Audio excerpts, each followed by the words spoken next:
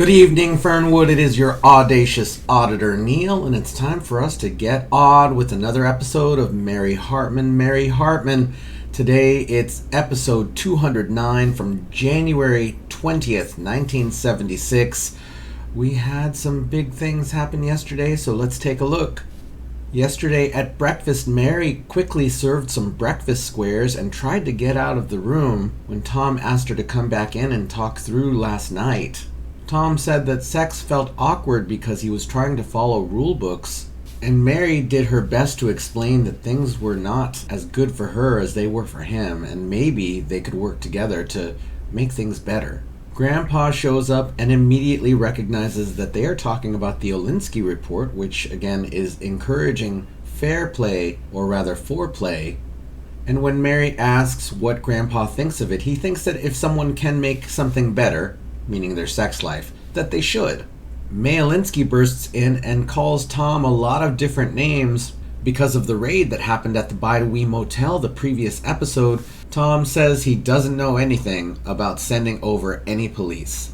Over at the hospital, Charlie is caring for the bandaged, wrapped body that he believes is Loretta. Martha shows up to comfort the couple, and when Charlie mentions the Gray Ladies, who are senior citizens who do volunteer work, Martha says she wants to get involved. Then the couple pray for Loretta, and then Martha notices that Loretta's food pack is completely empty, and they take that as a sign that the body underneath those bandages is healing up very well.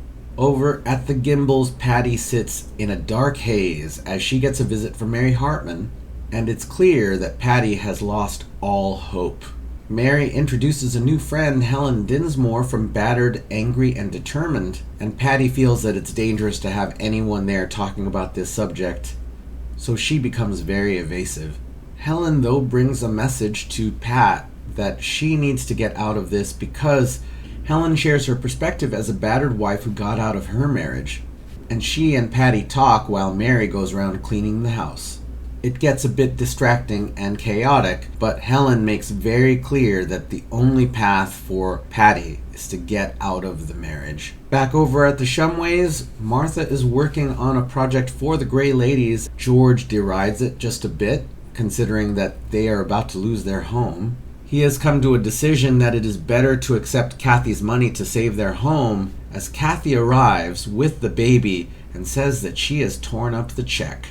Everyone, that was our Wednesday, so why don't we get started and see how this week is progressing.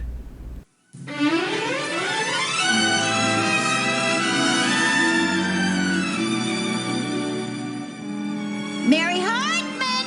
Mary Hartman! You don't know what this thing's doing, Charlie. Last night, my old lady, she wouldn't do it, you know what I mean? Unless we did it the way May Olinsky says we should. What way is that? Well, the important thing seems to be not exactly how you do it, but more or less what you do before you do it. You know what I mean about that. Foreplay is fair play, Tine. Yeah, well, it's easy enough for you to laugh about it. Your wife's in the hospital. Yeah, she's not there to yell at you about how to do all this stuff. Now, you just wait, buddy. You just wait. I'll tell you something, I can hardly wait till she gets into my ever-loving arms again, and we're going to try out some of that May Olinsky's advice. I'll tell you that right now. What's with Tom? I don't know. Maybe he's got a wife that doesn't understand him. What? Yeah, maybe he comes home every night and she just starts nagging him after he's been busting his tail all day long to try to support his wife and her kid. Yeah, good morning, sleepy eyes. Oh, boy. Wow. Well, I must have dozed off there for a minute. I'm really beat. Hey, how come you're so wiped out?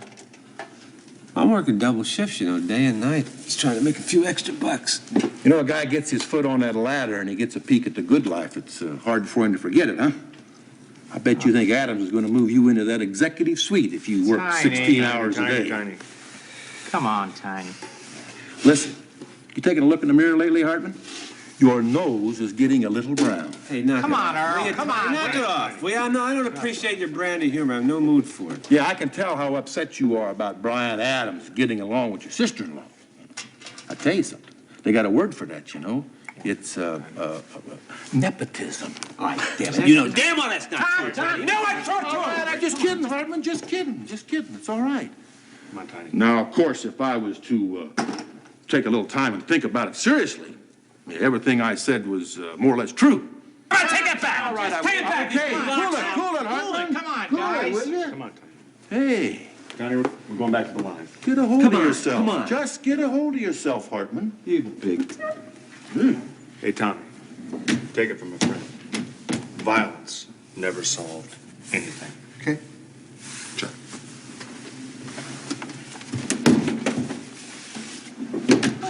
What in the world is the matter with you? You know better than that. You used to be able to handle guys like that in no time. Come on, what is the matter with you? Half the time you wander around these days, you look like a pig in an untended sty. You light into guys, you let guys like that get under your skin. What good is that? Come on.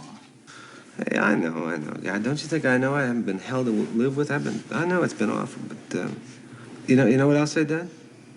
I mean, I just got into a big fight with Mary over our relations. George and Martha? No, not George and Martha. Not those kind of relations. Dumb. Oh, those kind of relations. Well, what's the matter? Well, it's his job, Charlie. I mean, I hate this job a hell of a lot more than I thought I would. I mean, it's hell on me, day and night. I mean, I can't stand it. Listen, Tom, you gotta lay back, you gotta relax, man. You gotta stop pushing yourself. Really. I mean, you got to figure out some way of blowing off some steam, man, or you're gonna be in trouble, really. You know what I do? You know what? I get out of town. I get in the car and I just go out on the road, anywhere, any road. I tell you what, go up on the highway towards Dayton. See that, the place that Max Slattery was talking about, where that girl sings? Yeah, get there. Yeah. Because, man, otherwise you're going to lose yourself another job, and then you really will be miserable.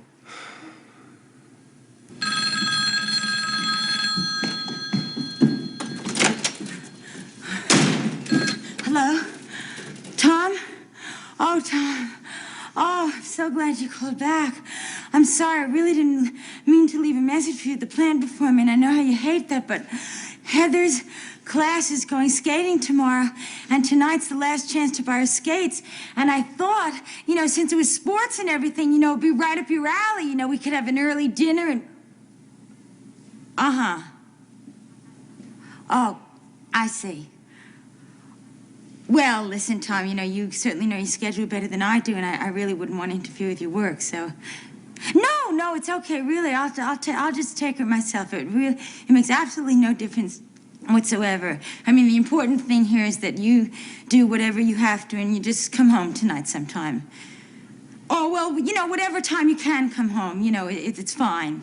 And, and if you can't, it's fine, too. I mean, it's all fine, Tom. I mean, really, it's all fine. It's all good. It's all just fine. It's going to be fine, okay? Okay, sweetheart, I'll good. It's fine. Okay, bye, sweetheart, bye.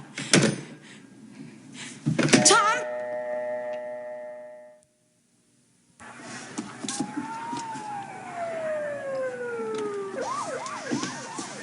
It looks like all of Fernwood is spending their lunch hour watching the Shumways being dragged screaming from their house. Oh, it is so humiliating. Why couldn't we be evicted in the dead of night like any other impoverished family? Well, George isn't normal, Martha. Oh, I know, but I was very proud of him when he told the sheriff that he would not give up the old homestead without a fight. All right, now listen. If there's going to be a showdown, I want you at my side, Martha, passing me the ammunition. Oh, George is just like Bonnie and Clyde, and I am your gun maul. Well, shame, Mom. We really need them. All right, let's barricade this door. Everybody, now listen to me. Everybody, listen. Mom, when the tear gas canisters come in through the window, hit the floor. It's very important because all the poison stuff is going to rise up and all the good stuff stays on the floor. So hit the floor and go right under the window. Oh, no, I'm sorry, that's a mistake. Stay away from the window, Ma. And to be very careful about all the broken glass above all, because that little slivers, they get in there and they're very hard to get out, and it hurts a lot. Oh, God, what a pity about this waxed floor. What a pity this is. Oh, Kathy. Oh, Kathy, how could you have given the money back for that baby? I mean, I'm glad you took the baby, but if we had the money, none of this would have been happening now. Look, don't blame it on me. I'm just doing what everybody wanted me to do all along, until this. Will you two just stop arguing and stop and just leave us to the privacy of our own destruction? I am getting out of here. Hi, Kathy. Wait. We are now entering, this way, we are now entering the Shumway home, the very same George Shumway that has defiantly defied the authorities who have ordered his eviction. Mr. Shumway has sworn, that is, that no man will cross his threshold. Yeah, the same thing goes for you, Weisenheimer. That's Meisenheimer. Hi, how are you? The entire Shumway clan has gathered around the windowed kitchen area, as it were, awaiting the sheriff. Some fool is coming this way waving a white flag. Oh, yeah. Wait. Now, Really? Here he comes. Looks like an undershirt to me. At this very moment, someone is approaching the house waving a white undershirt, the traditional symbol of truce. I don't know that.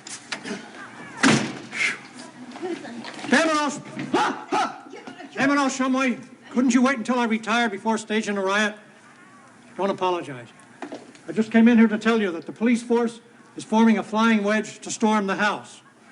If necessary, you'll all be carried out bodily in about 15 seconds. All right.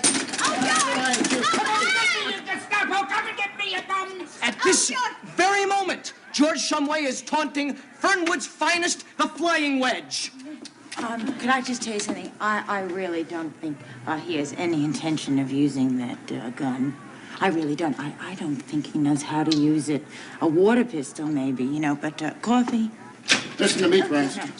I'm not leaving this house. I'm going to stay here till the last breath. Come here, woman. Oh, Daddy. We're pioneers. It's our way of living. Our home is our castle. Your home is the bank's castle. Right now, we're over here talking with Mary Hartman, the eldest of the two Shumway girls. And, hi, how are you, Mary? Hi. Nice to see you. Hi. Let me ask you this. I'm fine. Good, that's fine. But let me ask you Thank this. you. You're welcome. Now then, how do you feel about the fact that your parents are making a gallant last stand against police eviction? Talk right into the lens. Oh, well, I feel that in the right hands, a gun can potentially be a very dangerous weapon. Potentially. Time's up, Shumway. Time's up. Oh, George. Come on and get me! Okay, I remember the animal! Hold on in. Oh. Well, it's high noon now, and the opposing forces face each other. I don't know if I'm going to have enough trouble for everybody. Oh, they're so polite. That's the flying wedge knocking before they storm the house.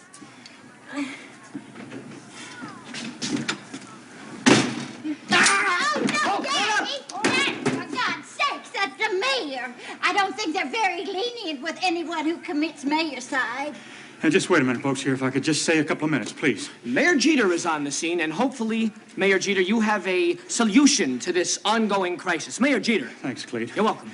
As a matter of fact, for the past few days and nights, I've been going through the Fernwood archives, and I think I've come up with something. Thanks, Mary. Something that will avert this pending tragedy we got here.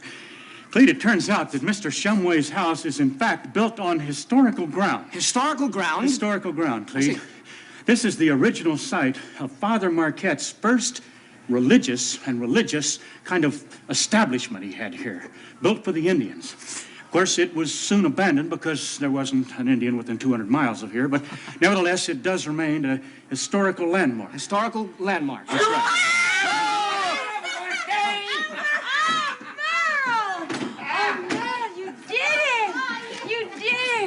See, the other night, honestly, I couldn't tell. I mean, when we talked, I really could not tell if you were going to, you weren't going to. But you did it. Mary, I couldn't say no to you. Oh, Merle, I'll pay you back, I swear. Right. Well, what this amounts to, folks, that this land now belongs to the city, and therefore it's immune to any kind of financial indebtedness that the Shumways may have incurred here. Now, what I'd like to see is for these fine people to stay right on here as rent-paying custodians, you might say, of this little piece of Americana, and I'm talking about the land underneath the house here. I see. And I, for one, would like to wish them good luck, and I know they'll do a bang-up job. Well, thank you. Thank you very much, Merle. Here, here. You betcha. And, well, there it is, Mayor Merle Jeter's 11th hour solution to this problem. We'll have a wrap-up on this story and all the other incoming stories tonight on the 11 o'clock news. Until then, this is Clete Meisenheimer saying, man, that's coffee. Oh, Bye. you. Let's go. Well, I'm sure happy it all worked out that way. Oh, nice to meet you again. Thanks for the coffee. Oh, you're welcome. Welcome. That's what I call an anticlimax.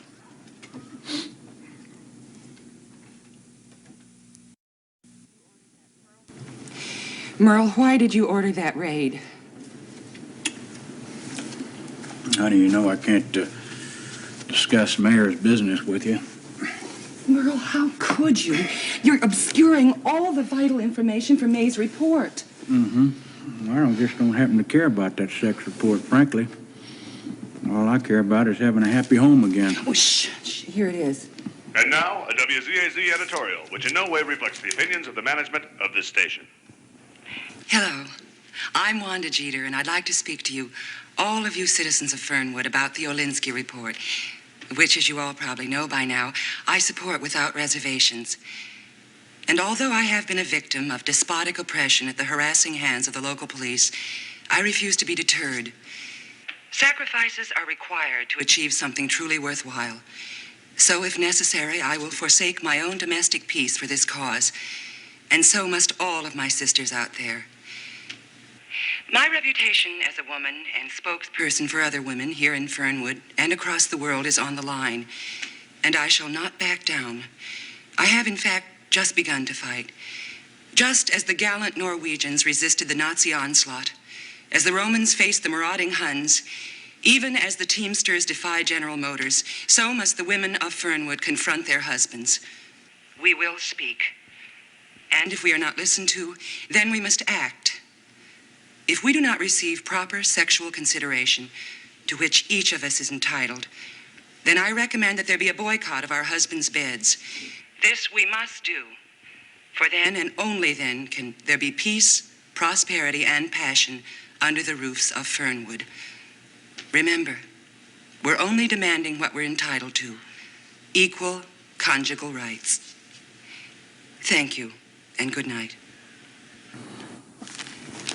Good God, what is the matter with you? What the heck is that all about? What, has God repossessed your senses or something? What are you talking about there? I was talking about rights. Well, what about a man's rights? What about his sexual rights to privacy? Our privacy would be a whole lot less public if you didn't organize raids in which I get caught. Hey, Wanda, I told you, I went up to the desk of the Bidawee Motel to ask them if you were there, and they said you weren't. How was I supposed to know you were in a room with that woman there? I'll tell you one thing, I spent all my time since then covering up for your involvement in that situation, including the dirty, smutty details. What smutty details? Your lust for women, that's the smutty details. Merle, what in the world would make you say a thing like that? We confiscated some of them questionnaires today, and one of them happened to be yours, and I read it. So I know all about your little unnatural feelings you got. Now, wait a minute. Merle, I'm not saying it's important to me. I just hope it's not important to the people of Fernwood. That's the problem. Merle, let me get this straight. Are you trying to blackmail me? Is this your way of destroying my political future? No. Can't do that or I'd be destroying myself. Don't you understand that? And look, I just don't understand what the problem is here. I mean, if you want sexual satisfaction, shoot, I'll give you sexual satisfaction. I'll give you more varieties of pleasure than that there Baskin and Robbins has ice cream cones, if that's what you want. You got it. Well, I want all 31 flavors, so you better get your scooper ready, Buster.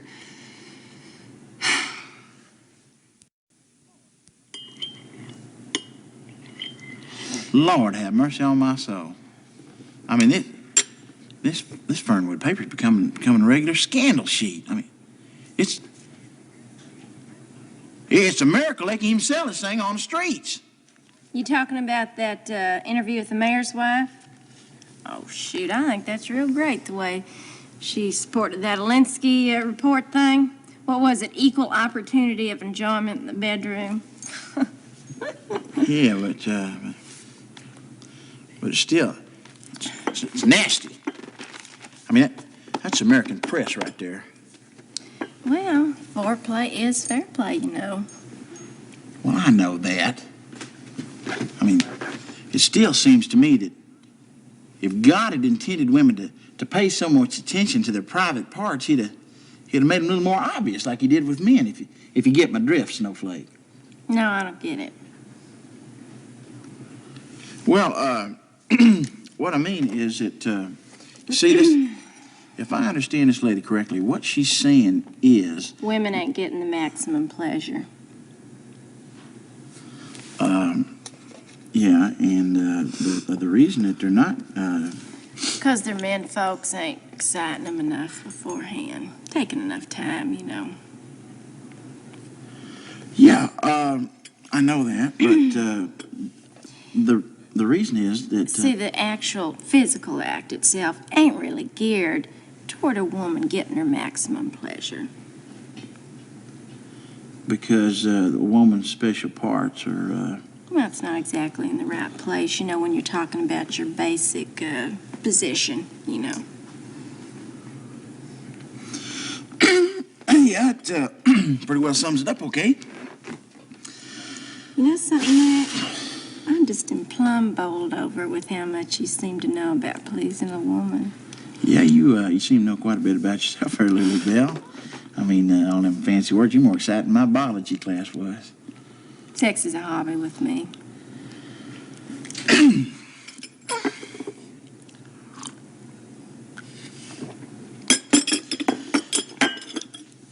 Well, guess it's time for me to hit the slab. Listen, honey, you drive carefully, you hear me? You be a good girl now, you hear? Mm-hmm. I'll see you later, Lou.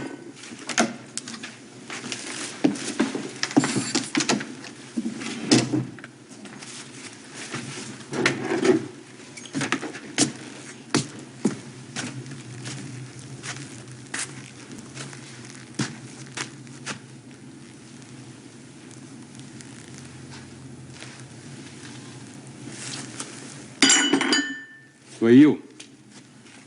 What's that for? Oh, I thought we have some wine together. Well, I think it's real sweet if you'd want to share that with me, Lou, but especially, you know, since you've been socking it away pretty good lately. You know something else? You're really kind of letting yourself go to pot, Lou. I mean, you ever plan on shaving again? You gonna have some wine with me? I don't think so, Lou, because if I have some wine, then you'll need to be having some wine, and if you do that, then you'll just let yourself and this place go to pot one more night. I can take care of the liquor. I can take care of the cafe. I can take care of the cash register. What I can't handle is that Max Slattery. Coming around those little trinkets, those little hours there with the glasses going up and down, up and down. Big deal. What are you wearing it for? I'm wearing it because it was a real nice little present that Matt gave me. Even though the glasses did fall off of it. I thought it was just real sweet of him. Anyway, it's something for me to remember him by. Is that why you carried a picture of that man in your pocket? To remember him by?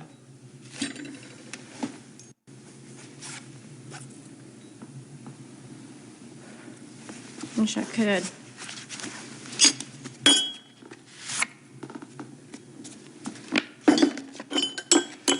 Here. Is this supposed to be you? Where? There? Ah, something to remember me by. Oh, Lou, that's real sweet. Listen, I gotta go. You keep hold of that, huh? I'm gonna go wash my hair.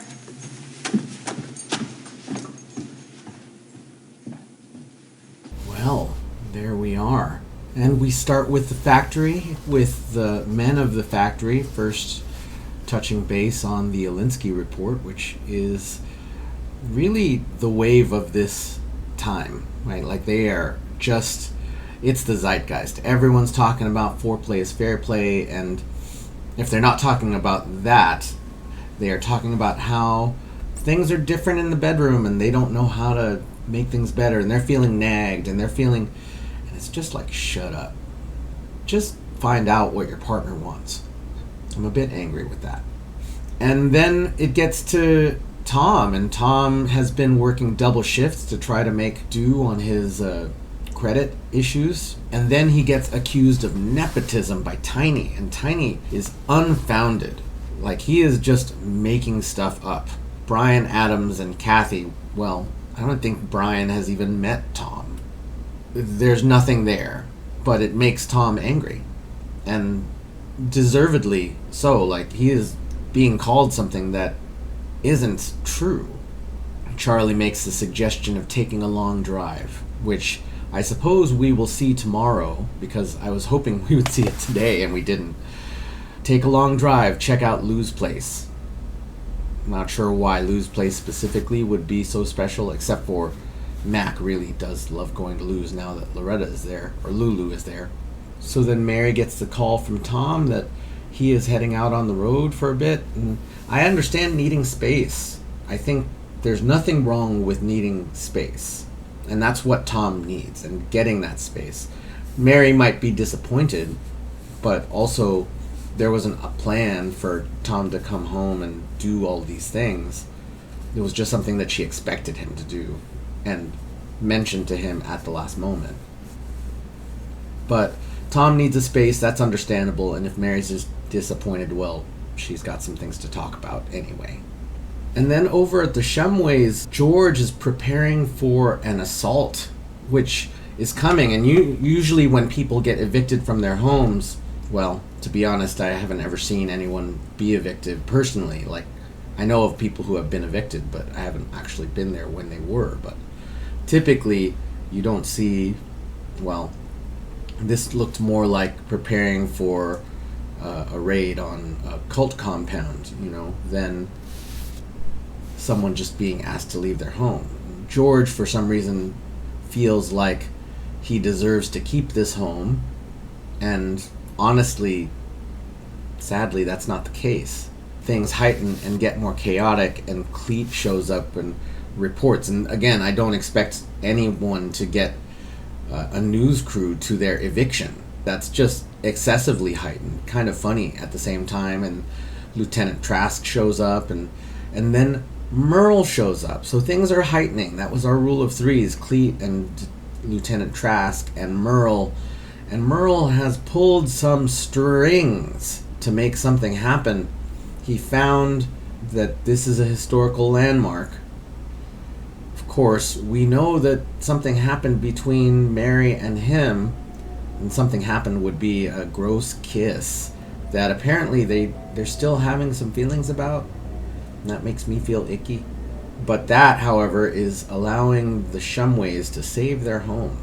And then it's Merle and Wanda is specifically letting Merle know what's real. She's angry that she was raided at the Bidewee Motel on Monday or Tuesday, I forget when exactly it was, but she's angry about that, and I think that's more than fair.